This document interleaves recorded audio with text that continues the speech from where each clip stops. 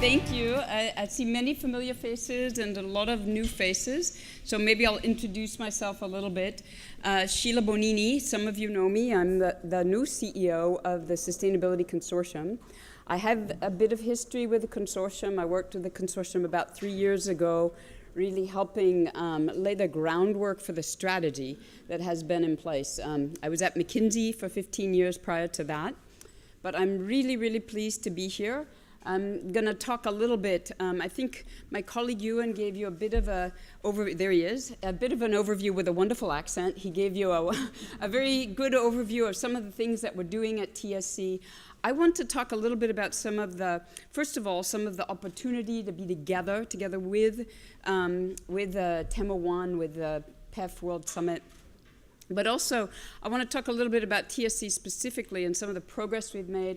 But I think really where we're headed next. So that's a little bit some of the things I want to talk about, and that's what's behind this idea of our combined impact. So I think our combined impact is TSC is a combined impact, all of our members working together, but also how we can work with the broader community with TEMA 1 and with the European product environmental footprint. So I think there's a huge, huge opportunity.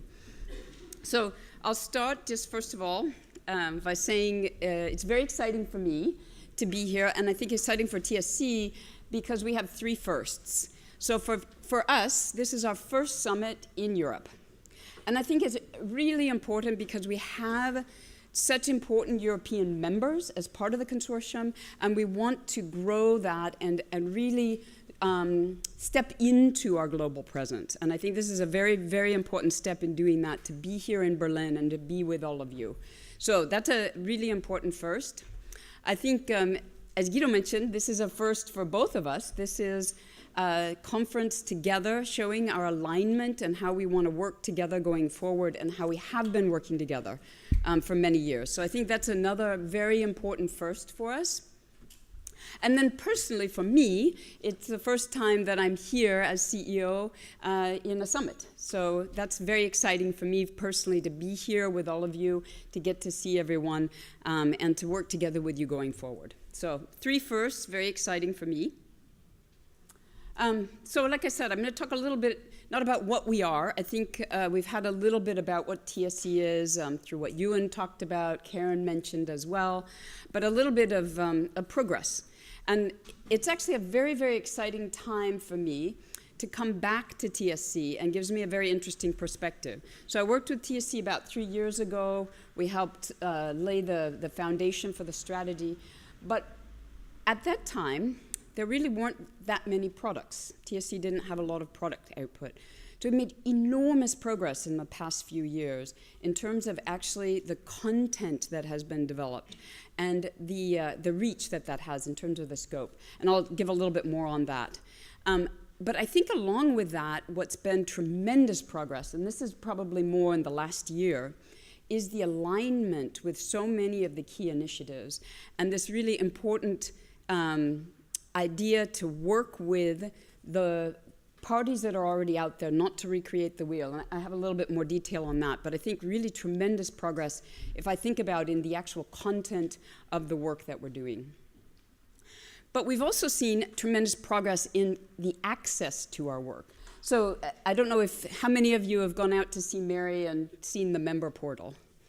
So some of you, some of the members, but it's very exciting. This is access for our members to our content. And so we've upgraded that, and that's a very exciting progress. And if you haven't had the chance, Mary's going to be, for the rest of the day and tomorrow, there she is, accessible, and take a look and play with it. It's also incredibly exciting for us, our collaboration with SAP. And I'm not sure how many of you know about the interaction of the TSC and SAP, but the partnership is very important in terms of providing the platform for our products to get out there and to begin to be used by the retailers. So we have this SAP platform. We, in the past year, have piloted it. Many new users actually getting access to the TSC products. So we're starting to get into that impact we want to get as we start to get our content out there, we start to get our content used. And it's working together with SAP that we're making that platform available. I also think our partnerships are hugely important. CGF, and I know Karen mentioned, a very important strategic partner for us. I think many might have seen the release about deforestation, why TSC and CGF are working together around deforestation.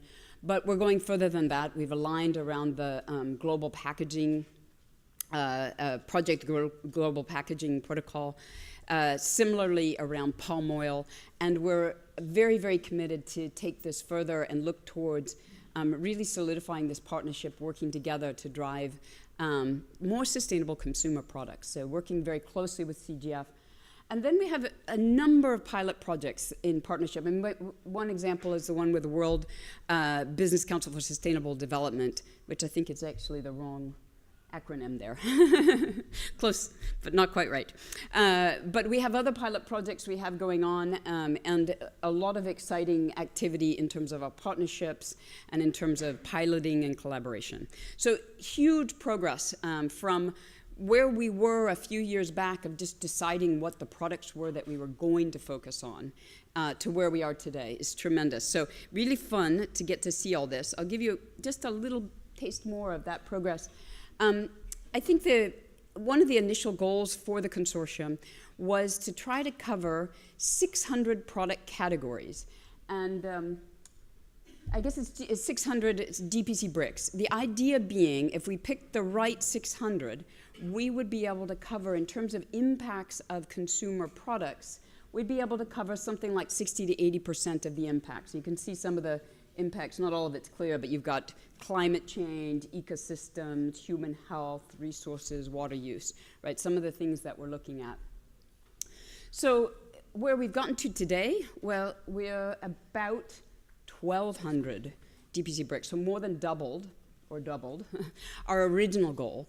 And we're pretty close in that 60 to 80% impact area that we were looking for. So this is just tremendous progress, right? What we can do with the content we have, we can cover 60 to 80% of these impacts that we're trying to cover from a sustainability standpoint.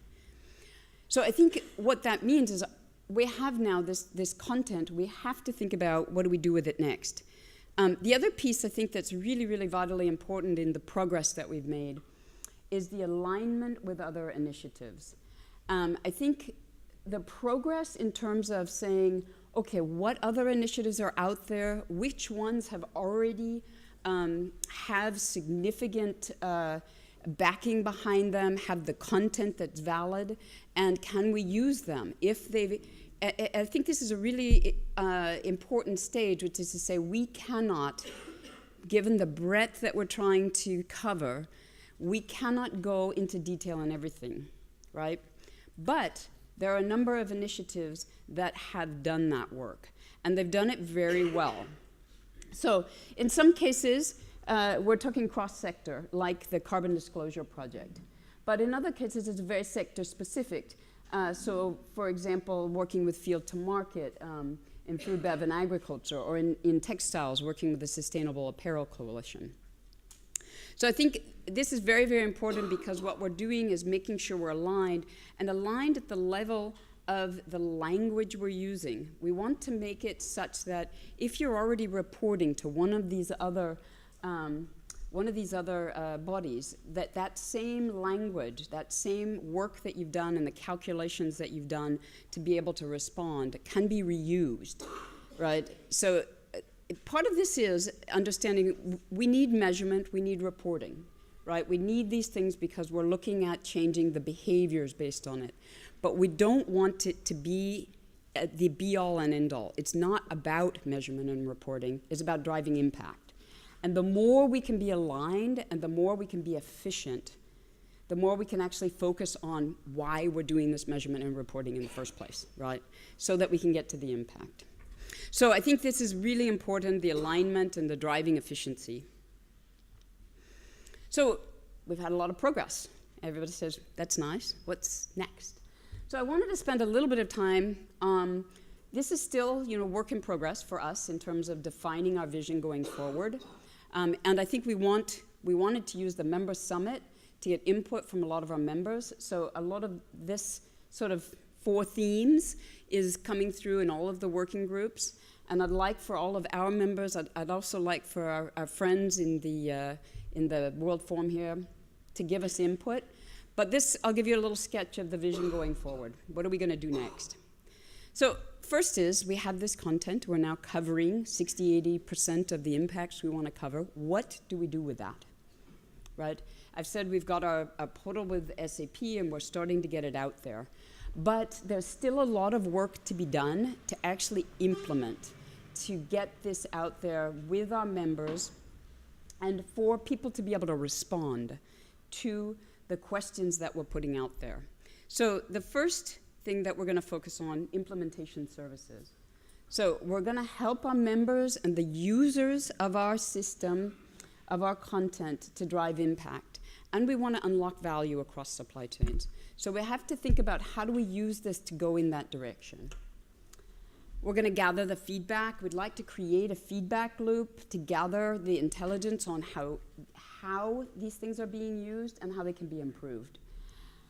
And then we want to tailor and support and boost implementation. So I think the idea is we start out, we've got a number of pilots, we're working with a number of our members, non-members, trying to understand the implementation.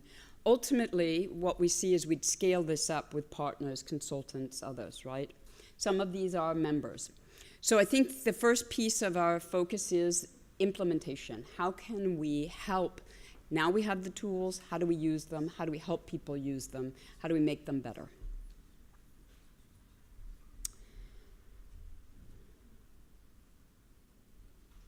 So the second thing that we want to focus on is usability.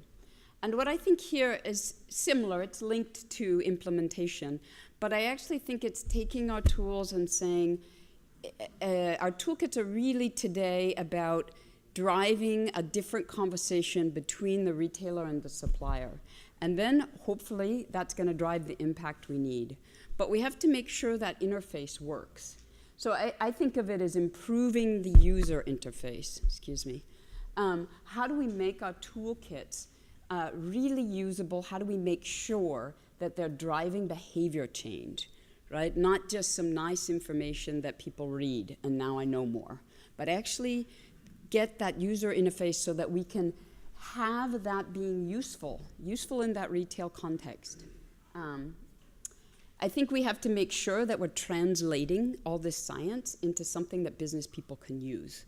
So making sure that this is going to translate from some things on paper, some things in our computers, to real business practice and what's happening in the field.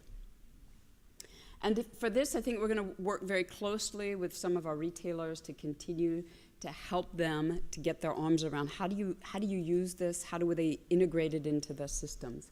So the usability is a very big piece of where we're going to go next. And you can see this is, I'll talk a little bit more about what's in the picture there later. So third, next generation tools. So we've created these terrific toolkits. How to get the implementation, how to get the usability. We're going to have to come back to our tools, and we're going to have to refine and continue to work on our tools. We also have some product categories we haven't covered. We have to figure out our priority product categories. We have to continue in that work. But we want to also work deeper. And we've already started to do this. This is where our alignment comes in with a lot of initiatives. We started to go deeper into supply networks and think about how do we start at this level with the key performance indicators that were high level. How do we then go down to the next level, and how do we make sure that the impact on the ground, whether it's at a farm or in a factory, how do we make sure that that is informing what we're doing at the top? And I think we're doing, for example, work in China where we're starting to work in training in factories. We have to make sure that what we're doing there is filtering back up and we're meeting in the middle. So this, I think, is a very, very important next phase for us is to think about how we do that and how do we do it right. How do we make sure that the impact is going to happen where the impact matters most? So I think we have to continue the work we've been doing with alignment with key initiatives. In some places it's very clear, and I think we've been able to easily choose partners. It's going to get a little more murky in the middle, and that's where we're going to need to work very closely with our members. And we like the partnership, for example, with PEF, where we want to continue this kind of alignment, collaboration, so that we can steer this course correctly. I think we also want to be able to make our tools, like I said, more usable, more implementable. So we're going to continue to add features, and we're going to continue to make them work.